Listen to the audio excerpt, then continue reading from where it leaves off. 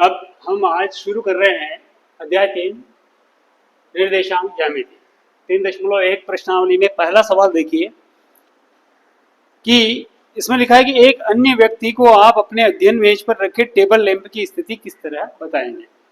मान लो कि आपके पास एक टेबल रखा हुआ है, टेबल का जो ऊपरी पृष्ठ होता है वो मैं यहाँ ड्रॉ कर देता हूँ।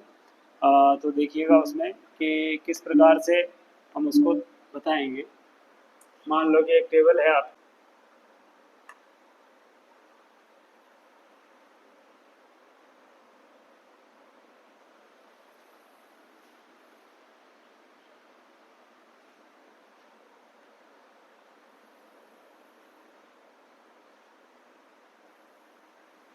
ये मान लो टेबल का ऊपरी पृष्ठ है, ठीक है।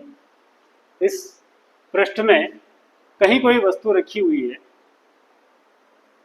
मान लो कि यहाँ एक वस्तु रखी हुई है, ठीक है। आपके पास यहाँ एक वस्तु रखी हुई है, तो यहाँ एक वस्तु रखी हुई है मान लो।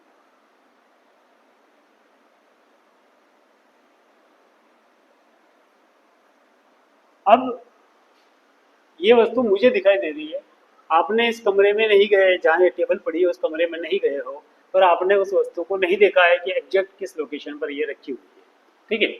मुझे आपको बाहर आकर के बताना है कि टेबल पर इस लोकेशन पर यह वस्तु रखी गई है, और फिर जब आप आओगे तब उस वस्तु को यहाँ से हटा दिया जाएगा और आपको एग्जैक्ट उस लोकेशन पर रखने के लिए कहा जाएगा। तो आप पूरी टेबल में उस लोकेशन को कैसे ढूंढेंगे, वो लोकेशन मुझे आपको ढूंढने में के लिए बताना है। तो किस प्रकार से बताएंगे, जहाँ भी वस्तु रखी हुई है हम क्या करेंगे, इसको छोटे छोटे पार्ट्स में, हम पहले इसमें क्या करते हैं,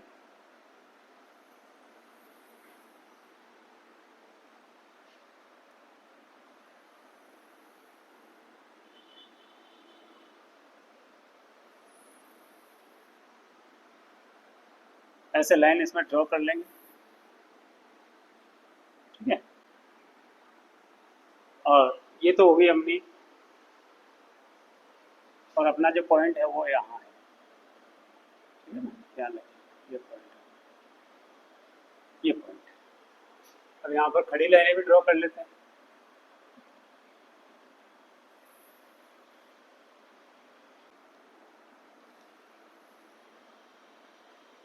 ये हो गया, ठीक है। 1 2 3 4 5 6 7 8 9 10 11 12 13 14 15 16 17 18 19 एंड 20।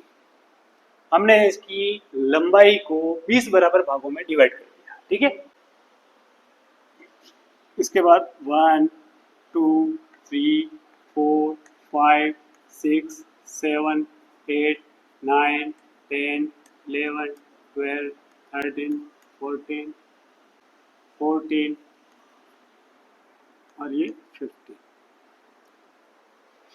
तो इसको हमने, इसकी जो चौड़ाई थी उसको हमने 15 बराबर भागों में डिवाइड कर दिया, ठीक है। 3/4 की आपकी टेबल है, तो रेशो बराबर बैठ रहा है। देखिए 3/4 यानी कि 15 है बटे 20,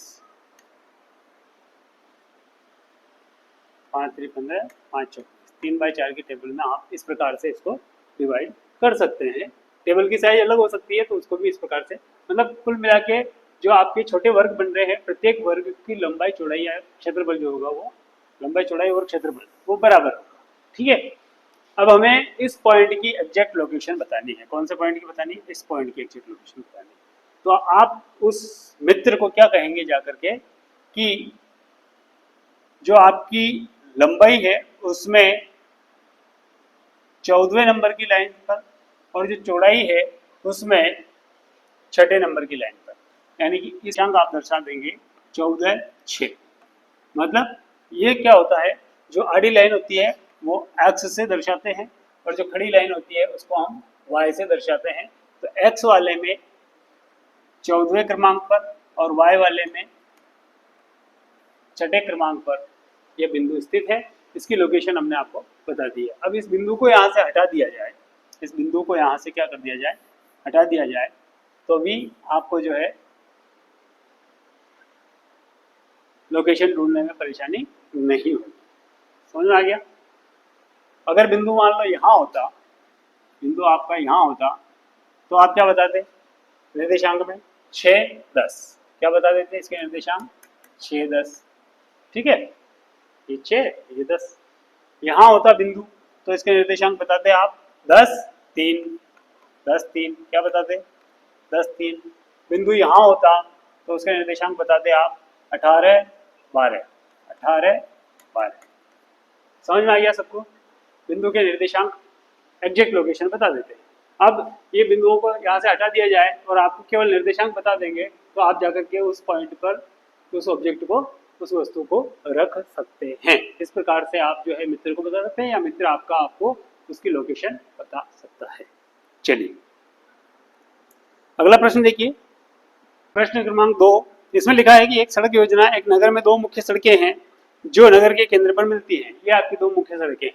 ठीक है, ये एक सड़क और ये दूसरी सड़क, और ये दो मुख्य सड़कें हैं, ये और ये, जो नगर के केंद्र में मिलती है। ठीक है, उसके बाद आगे लिखा है ये दो सड़कें उत्तर दक्षिण की दिशा और पूर्व पश्चिम की दिशा में, उत्तर दक्षिण और पूर्व पश्चिम की दिशा में। नगर की अन्य सभी सड़कें, अन्य जितनी भी सड़कें हैं, इन मुख्य सड़कों के समानांतर परस्पर 200 मीटर की दूरी पर स्थित है। प्रत्येक दिशा में लगभग 5 सड़कें हैं।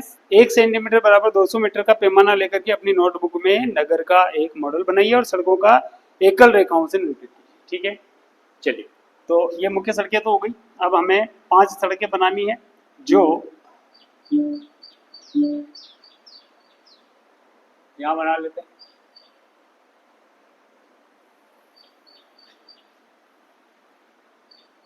एक,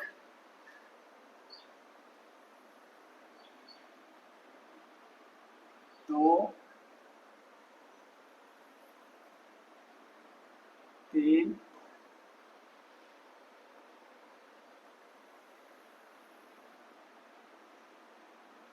4 और ये 5। ठीक है, 5, 2 नीचे इसलिए बनाई क्योंकि ये जो मुख्य सड़कें हैं ये नगर के मध्य में स्थित है। मध्य में स्थित है तो फिर दोनों तरफ सड़कें होंगी, है ना? अच्छा, और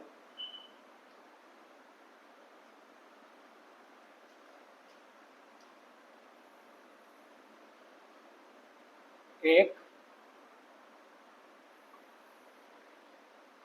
दो, 3, 4 और ये 5 सड़कें बनी। प्रश्न में जैसा लिखा था वैसा हमने सड़कें बना ली है। 200 मीटर की दूरी पर प्रत्येक दिशा में लगभग 5 सड़कें हैं। प्रत्येक दिशा में मतलब, प्रत्येक दिशा से मतलब पूर्व से पश्चिम की ओर भी 5 सड़कें जा रही है और उत्तर से दक्षिण की ओर भी 5 सड़कें जा रही है। मुख्य मार्ग के अलावा भी 5 हो सकती है। लगभग 5 लिखा है तो लगभग में मतलब जरूरी नहीं कि मुख्य मार्ग सहित 5 होगी। 5 मुख्य मार्ग के अलावा 5 हो सकती है या मुख्य मार्ग सहित भी 5 हो सकती है। तो हमने मुख्य मार्ग के अलावा 5 बना ली।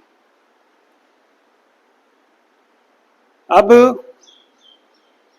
ये निरूपित कर दिया है। आगे देखिए, आगे लिखा है आपके मॉडल में एक दूसरे को काटते हुए अनेक क्रॉस स्ट्रीट या चौराहे हो सकते हैं। बिल्कुल हो सकते हैं। 1, 2, 3, 4, 5, 6, 7, 8, 9, 6 इसमें लाइन में है तो 6, 6, 12, 6, 3, 18, 6, 24, 24, 6, 25, 30, 36 चौराहे हैं अपने पास। कितने हैं? 36, है ना? हो सकते हैं, बिल्कुल हो सकते हैं। एक विशेष क्रॉस या स्ट्रीट दो सड़कों से बनी हुई है जिसमें से एक उत्तर दक्षिणी दिशा में जाती है और दूसरी पूर्व पश्चिम दिशा में जाती है। बिल्कुल जाती है। एक उत्तर दक्षिण में, एक पूर्व पश्चिम में। तो ये जो यहाँ बना हुआ है क्रॉस, ये स्पेशल है। हर एक का एक यूनिक क्रॉस बना हुआ है। हाँ, आगे क्या लिखा है?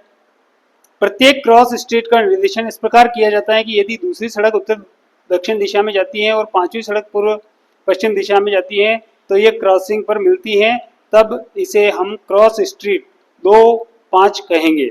इसी परंपरा में यह ज्ञात कीजिए कि, अच्छा तो इसको नंबरिंग कर देते हैं। ठीक है ना, इसको क्या कर देते हैं? नंबरिंग कर देते हैं। मान लेते हैं ये 1 नंबर का सड़क है, ये 2 नंबर का सड़क है, ये 3 नंबर का सड़क है, ये 4 नंबर सड़क है और ये 5 नंबर सड़क है। ये 1 2 3 4 5 सड़क जो है ये उत्तर से दक्षिण की ओर जाने वाले हैं। क्या आपका 1 नंबर, 2 नंबर, 3 नंबर, 4 नंबर और 5 नंबर सड़क।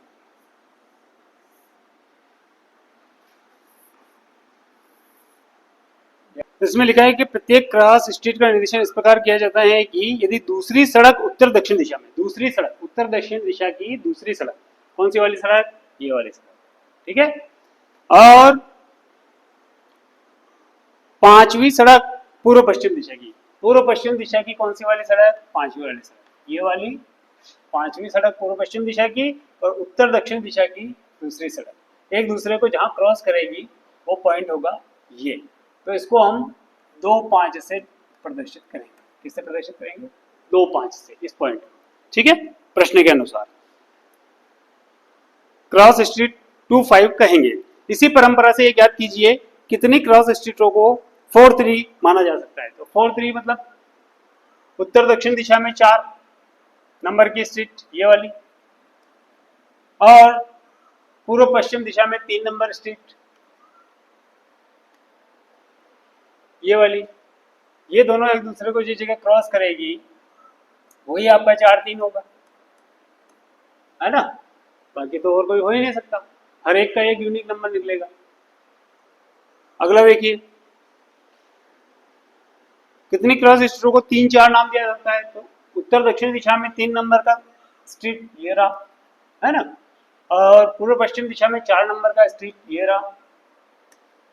ये दोनों एक दूसरे को जिस जगह क्रॉस करते हैं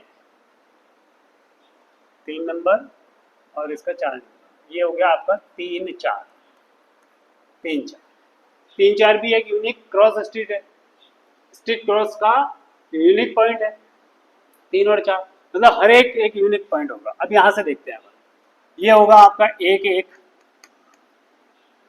है ना। ये हो जाएगा आपका 2 1 3 1 4 1 5 1, ठीक है। ये हो जाएगा आपका 1 2, है ना, 2 2, ठीक है। और 3 2 4 2 और 5। ये सड़क नंबर 1 उत्तर दक्षिण का, ये सड़क नंबर 3 आपका पूर्व पश्चिम का। तो ये हो जाएगा 1 3 2 3 3 3, है ना। ये नहीं 3 3 यहाँ नहीं होगा, ये हो जाएगा 3 3 4 3 और ये हो जाएगा आपका 5 3, ठीक है। उसके बाद में 1 4 2 4 3 4 4 4 और 5 4, ये हो जाएगा आपका 1 5 2 5 3 5 4 5 5 5। हर एक क्रॉस स्ट्रीट का एक यूनिक आइडेंटिफिकेशन नंबर होगा, ठीक है, जिसे हम इस प्रकार से पहचानेंगे। समझ में आ गया सबको? चलिए, ये आपकी प्रश्नावली पूरी हुई।